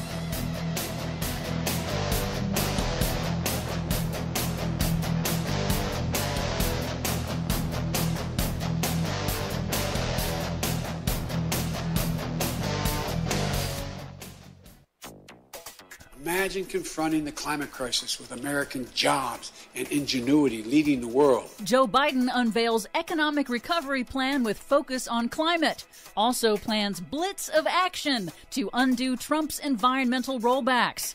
Trump unleashes his last-minute spree of rollbacks and polluter giveaways. Plus, in a blow to Canada's oil industry, sources tell CBC News Biden is also planning to cancel the permit for the Keystone XL pipeline. It may finally be the end of the line for the controversial zombie Keystone XL pipeline. I've heard that before. All of those stories and more straight ahead. From BradBlog.com, I'm Brad Friedman. And I'm Desi Doyen. Stand by for 6 minutes of independent green news, politics, analysis, and snarky comment. The consensus among leading economists is we simply cannot afford not to do what I'm proposing. Did he say we can't not afford to not do what he's proposing? I think he did. This is going to be a long 4 years. This is your Green News Report. Okay, Desi Doyen, we should mark the moment that this is our final Green News Report when Donald Trump is still the president. Yep, as we go to air, it is the eve of Joe Biden's inauguration as the next president of the United States. Donald Trump and his outgoing administration, however, are using their last hours in office to jam through as many rollbacks of public health, energy, and environmental standards as possible, leaving a clogged up mess for the incoming Biden administration and a tangle of what critics are calling legal tricks to tie their hands. Since Trump's decisive election loss in November, Washington Post reports his administration has finalized more than 24 rules, rollbacks, and rubber-stamped permits. Most of the last-minute giveaways benefit polluters, including new rules in just the last week to cut the royalty rates that oil and gas companies pay for extracting the public's natural resources. Because by America first, he means pay America last and least. Exactly. The Trump Energy Department rolled back energy efficiency standards for furnaces and water heaters, ensuring consumers will pay higher energy bills. And on Friday, Trump Interior Secretary David Bernhardt used his discretion to slash more than 3 million acres of protected habitat in the Pacific Northwest, more than 15 times what the department had originally proposed, opening up to logging companies. Wow. The incoming Biden administration will have to spend months unwinding these policies while simultaneously also trying to enact major initiatives to rebuild the economy amid the pandemic and fight climate change. Biden is planning his own blitz of executive orders to be enacted over the first 10 days of his term to mark a clean break from Trump's disastrous policies. Executive order wars. Yeah. According to Biden's incoming chief of staff, Ron Klain, that includes moving to begin the process to formally rejoin the United Nations Paris Climate Agreement. Nice. Biden also will reportedly revoke the on-again, off-again cross-border permit for the controversial Keystone XL tar sands pipeline from Canada. Also nice. That will likely mark the death knell of the project. We'll see. But to pass meaningful, durable legislation, Biden will also have to navigate the political minefield of Congress, where Democrats hold only razor-thin majorities in the House and Senate, and Republicans are predicted to monkey wrench and obstruct. What? In a speech late last week, Biden called on Congress to move swiftly to enact his emergency economic relief plan to revive the economy. It includes major provisions to create jobs by beginning to address the costly impact of man-made climate change on the nation's decrepit, aging infrastructure. It's time to stop talking about infrastructure and to finally start building an infrastructure so we can be more competitive. Millions of good-paying jobs that put Americans to work rebuilding our roads, our bridges, our ports to make them more climate resilient, to make them faster, cheaper, cleaner, to transport American-made goods across our country and around the world. And a majority of registered voters of both parties in the U.S. want the federal government to deal aggressively with man-made climate change, and they support initiatives to fight it, including many of the provisions in Biden's plan. The new survey from Pew, conducted after the November election, found 2/3 of registered voters say the development of clean energy sources should be a high priority for the federal government. Nice. More than 70% support stronger fuel efficiency standards for vehicles, and building a national electric vehicle charging network. Also nice. And more than 80% support proposals to hire unemployed fossil fuel workers to clean up old mines and abandoned wells. Nicest of all. This and other polls show that overall, the vast majority of American people are ready and wanting the government to invest in clean energy and climate. But will Congress? We shall see. For much more on all of these stories and the ones we couldn't get to today, check out our website at greennews.bradblog.com. Find, follow, and share us planet-wide on the Facebooks and the Twitters at Green News Report. I'm Brad Friedman. And I'm Desi Doyen. And this has been your Green News Report.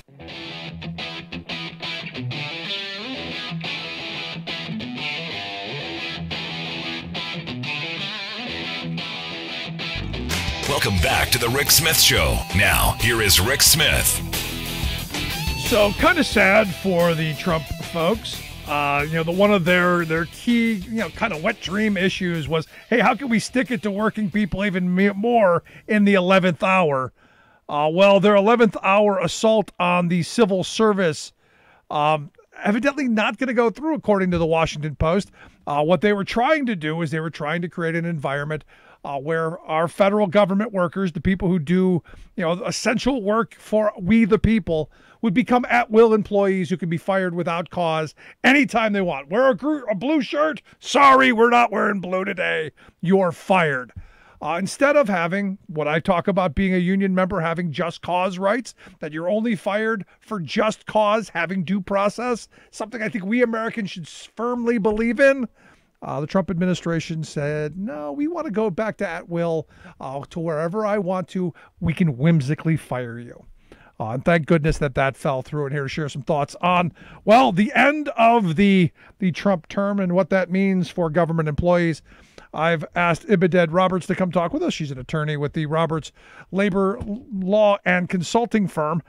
She is an outside consultant for the American Federation of Government Employees, AFGE's VA Council. Ibidun, thanks for taking time for us. Thank you for having me. So any thoughts on this fortunate not change that they tried to push through in the 11th hour?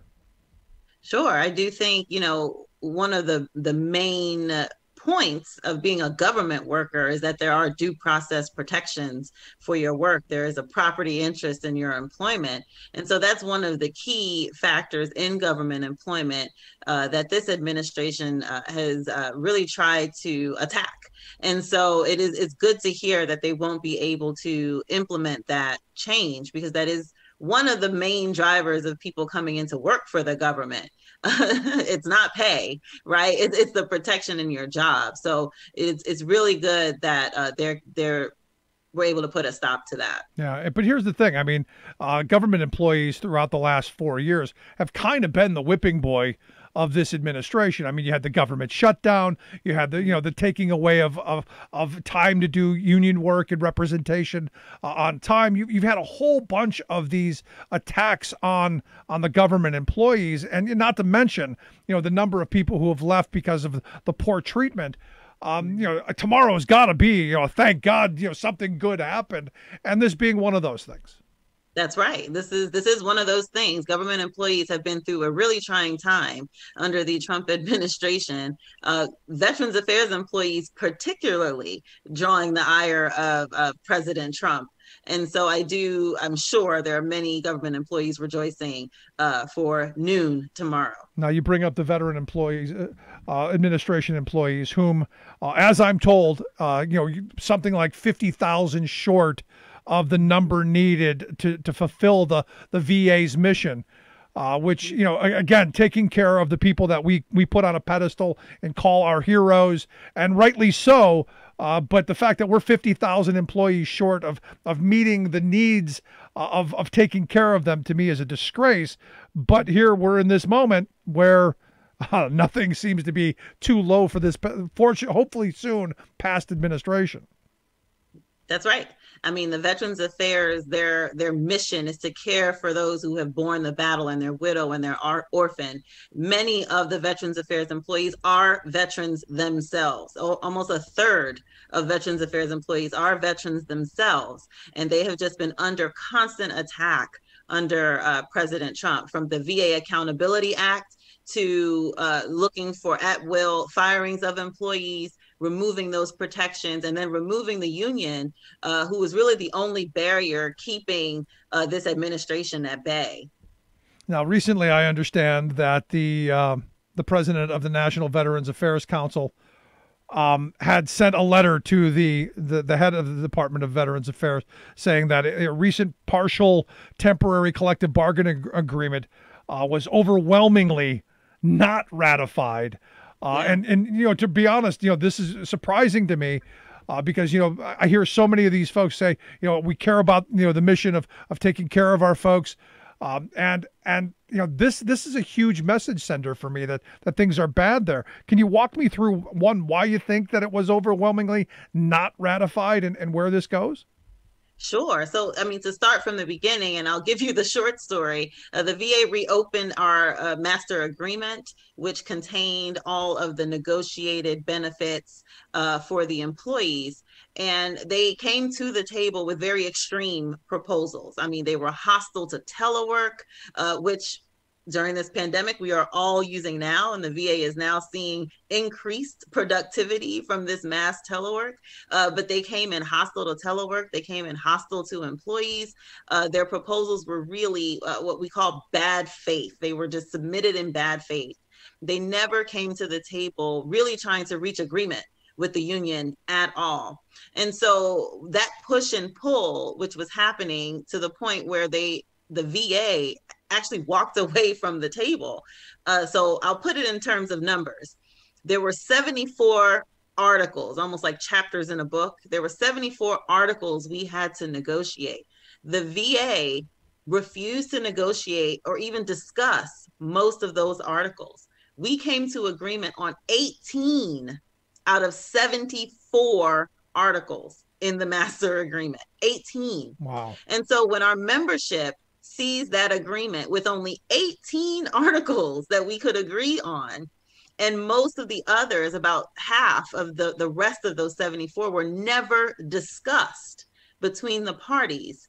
I think that is what resulted in such a failure. Overwhelming 99% of our membership rejected those 18 articles. Wow. And to have that, to put that into perspective, to have that kind of a percentage agree on any item ever. I don't think you could go to 99 out of 100 people and say drinking poison is bad, and you would get 99 people to agree. Right. This was pretty bad. They unified, and this is what happens. Bad management often recruits for the union. They unified the union on this issue. So, to be honest, you could maybe make an argument that Donald Trump was the best recruitment tool that AFGE ever had. Because I got to imagine, since, they don't have exclusive bargaining rights, you don't have to join, they're voluntary members, that the number of voluntary members had to go way up. Right. We did see an increase. However, President Trump's policies really did hammer the union. So I'm not sure if you know, but they did put us out of the offices. So we're not at the facility the way we used to be. And so that did speak to our members. The members don't see us. They don't see what we can do for them. We don't have the official time anymore. So that actually hurt us. So in the beginning, he was great recruitment. But as his policies took hold, it actually did harm the union. People were leaving at that point. And ultimately, that's the goal. You go back through all of the policies that, I have people who say, Rick, why do you support Democrats? I go, because they're not Republicans.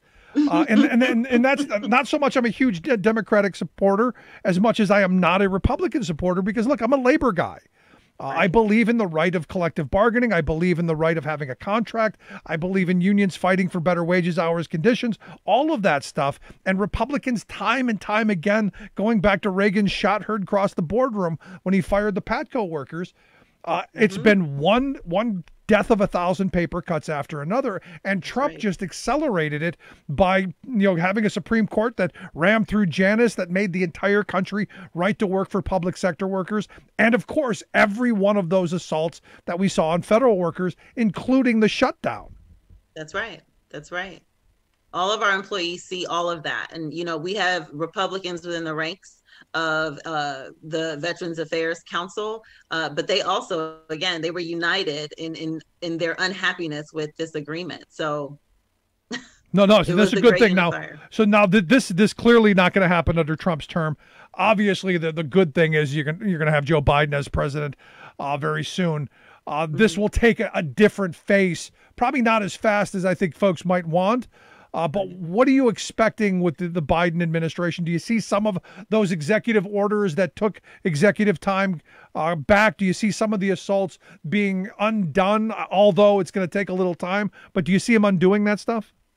We do. We do see, one of the first things they did commit to was rescinding those executive orders. So that will be an immediate impact of allowing people to get back their official time and start working on behalf of these members. The rest of it will take time. So, some of the other unions have already come to agreements. They've received imposed master agreements on their unions. So it will take time to roll those things back. But the immediate effect of rescinding the executive orders will be a tremendous help. Now, clearly, as someone who comes from a private sector union, going on strike is something that I absolutely advocate when you have to. It's the last arrow in the quiver, but it's got to be there, that threat of, hey, we're just going to fold our arms and march our feet. That's got to be there. It's not there for government employees. You don't get that option. So, for those who are going, well, okay, 99% of you turn this contract down, what recourse would you have had Trump, not been, not elected? Right. So and I came from the private sector too. I used to work with the longshoremen. So this is very different. But had the Trump administration not been there, one, I do think the VA would have come to the table in good faith. They did know that they didn't have to bargain in good faith because the Federal Service Impasses panel will be on their side. And that's who the federal sector has. So federal government employees can't strike. So what Congress did was they created this Federal Service Impasses panel who breaks impasses. So private sector can strike, federal government has to go to this panel. Unfortunately, this panel indicated very early on that they were willing to impose whatever management wanted. And so management was in a hurry to get to them.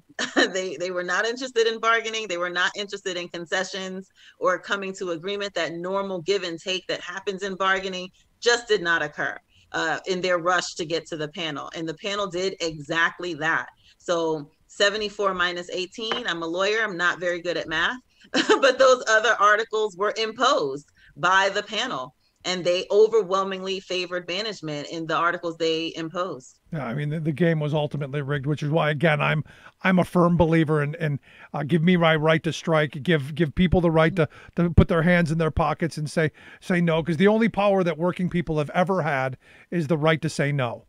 Right. The right to not give their labor. And, the shutdown was a perfect example because, Donald Trump shut the government down, which meant, things didn't stop. People still had to show up to work. They just weren't getting paid for it, which is just crazy to me, but exactly what I think, and not to be overly political, but this is exactly what Republicans want the rest of the world to look like. People working for free under slave conditions and them reaping the benefits. Win-win for them. Right. It definitely plays into their hands. So last question I've got for you, because, clearly this isn't going to go away in the immediate. What can folks do to help? What's the marching order? What are you telling folks to do to help? Well, we're definitely trying to push the incoming President-elect Biden, to put some executive orders in place, immediately telling these agencies to rebargain the agreements that were already prior imposed by the impasses panel. That is one way to fix the problem that they have wrought, is to just go ahead and order the agencies to bargain again and to do it in good faith. On this panel, because I wanted to get, because I've been saying we need to fire a couple of people off of the NLRB. I would love nothing more than. No, I mean, I truly believe that, Donald Trump has set a precedent. I believe that he has shown that it doesn't matter. He can fire anybody, I guess. And I think that, a couple of those people on the NLRB should go. What about this panel? How long does it take to get those appointees off that panel so you don't have this kind of problem going on down the road? Oh, it takes no time. They serve at the pleasure of the president. So they can go at 12:01 p.m. tomorrow. So we are hoping that President-elect Biden does that immediately, or that he's already sent word that they should be ready to go by 12:01. Have your stuff packed. 2 minutes. That's right. 2 minutes. 2 minutes. Because I've been saying, look, I want to see the General Counsel Peter Robb of the National Labor Relations Board. I want to see him fired immediately. Probably not going to happen because Biden's not that kind of guy. Going to take a little longer in the private sector, but I'm glad to hear they serve at the will of the president. That's right. Because maybe we get some sanity back. Maybe. I'm just again, I'm hopeful on so many levels. But Ibidun, I appreciate you taking time for us. Great stuff. Thanks so much for your time. Thanks for having me. Like I said, I'm hoping that there's a bunch of firings going on of getting rid of those Trumpkins. Love to hear your thoughts. You can email me, rick@thericksmithshow.com. Quick break. Right back. Stick around. You're listening to The Rick Smith Show.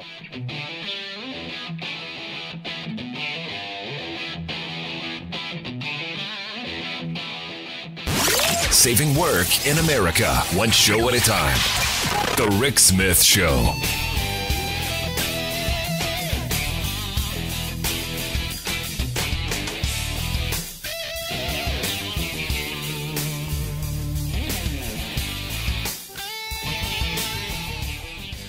I'm Rick Smith, and this is Labor History in 2. On this day in labor history, the year was 1915. That was the day that 2 striking workers were shot and killed by gunmen hired by a fertilizer plant in New Jersey. In addition to the 2 killed, many more were beaten and injured by the hired guns. The workers were represented by the Chemical Workers Union. They had gone on strike after their wages were arbitrarily slashed by the company. That past October, their pay was cut from $2 a day to $1.60. The company promised to end the 20% cut in the new year, but January came and the massive wage cuts were not restored. Fed up, the men called for a strike on January 3rd. And on this fateful day of the shooting, strikers believed that a train coming in from New York was going to deliver strike breakers to the plant. 200 of the strikers came out to meet the train. According to a police officer on the scene, some strikers peacefully boarded the train to check for replacement workers. They found none.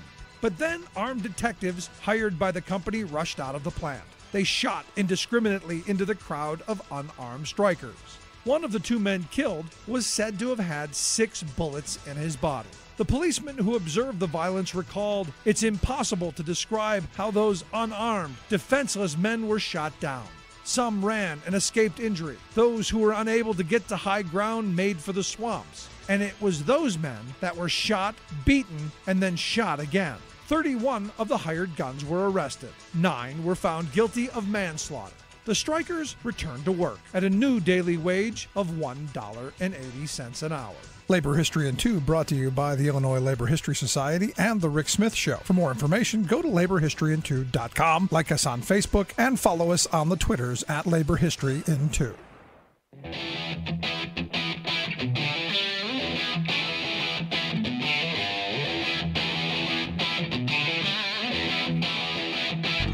Welcome back to The Rick Smith Show. Now, here is Rick Smith.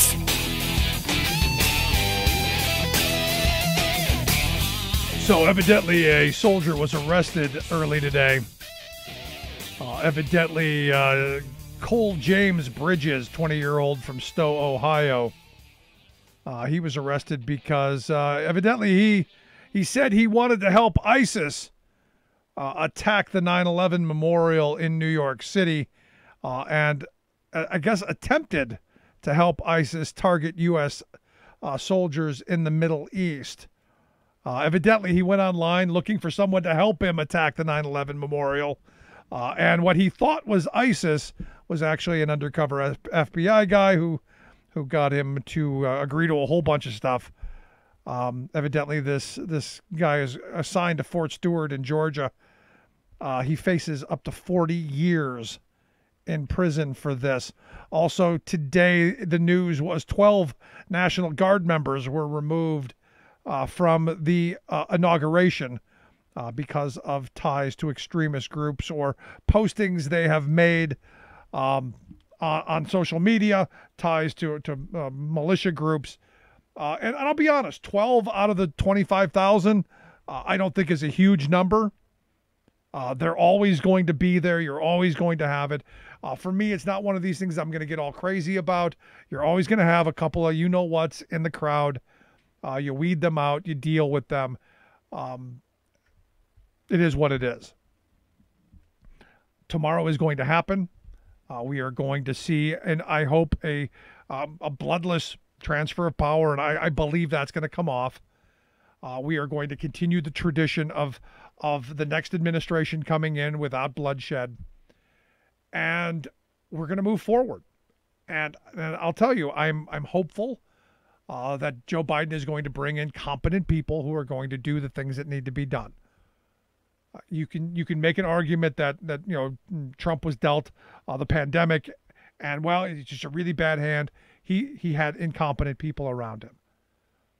And, moment after moment, this administration has fallen down. The one area that they did not fall down on is enriching the very wealthy, taking care of their ilk. And the reality is, like it or not, the legacy of the Trump administration is truly going to be one of, a failure, one of incompetence, one of dishonesty, one of grift, one that's not going to be remembered in any way positive. The fact that he's not going to show up to the inauguration, another one of those petulant moments, like a 2-year-old throwing a fit, having to have his own separate little celebration for himself. I think that speaks volumes to the character. And I'll tell you, I'm ready to be done with it. I'm ready to say, you know what, we've got work to do. We've got so much work to do. We've got so much cleaning up to do. We've got so much rebuilding to do. We've got so much healing and mending to do. We've got so much holding people accountable to do. It's going to be a lot of work. But I think Joe Biden's going to be up to the task, and I'm looking forward to what they come forth with and figuring out how we can help. And how we can help to promote ideas that I agree with. And look, I will tear apart any idea I don't. If I don't think it's going to help working people move forward, if they come out with this neoliberal crap of the past, we got to pander to big business and we got to pander to corporate America, pander to Wall Street. I want none of that. Right now, people are hurting. And the best way we're going to heal this country and move us forward, the best way, is to make people's lives better. That's simple. And I think this American Recovery Act plan is a good start. The idea that we're going to get some money into people's pockets, even if they do save it, eventually it's going to be spent and it's going to help boost the economy. And I know everyone's, it's only $1,400. Well, it's $1,400. Then they're going to give some money to the state and local governments to help shore up their bottom line so everything doesn't collapse. Going to help small businesses like we should have been helping all along. Not right-wing favor groups, not the Ayn Rand Institute, not the anti-vaxxer people, not the folks who are making things worse in the think tanks, but people who actually work for a living. Those essential workers who showed up every day, they should have been getting hazard pay. They should have been getting PPE and work in safer conditions. But I think Biden's got a good plan. It'll be interesting to see if it gets through the Senate. I'm not a huge Chuck Schumer fan, but I prefer him being in charge over Mitch McConnell. Maybe some of the really progressive stuff is going to get through, and I'm excited about the possibilities. Maybe we get some labor law reform, even if it's a little bit watered down. Helps us move forward. But I'm excited. I'm anxious to hear what Joe Biden has to say. And for tomorrow's program, we're going to recreate the inauguration of 2017. all the folks that we had on, Sarah Kendzior, Matthew Chapman, David Yankovic, and our good friend Propane Jane going to be here to talk about the last 4 years, talk about the predictions, and then maybe a little bit look ahead. I'm excited about that. Also, mark your calendars, Saturday, 7 p.m., right here on our channels. We're going to be doing trivia night. Going to have some policy trivia. We're going to have people answering questions. It should be interesting, to say the least. Anyway, if you missed any of today's program, thericksmithshow.com. That's where you go to get the podcast. The Rick Smith Show app on the smartphone. Take the program on the go wherever you go. And as always, you can email me, rick@thericksmithshow.com. Thanks so much for being here. We'll see you back here next time. You've been listening to The Rick Smith Show. Email Rick at rick@thericksmithshow.com. Until next time, this has been The Rick Smith Show, where working people come to talk.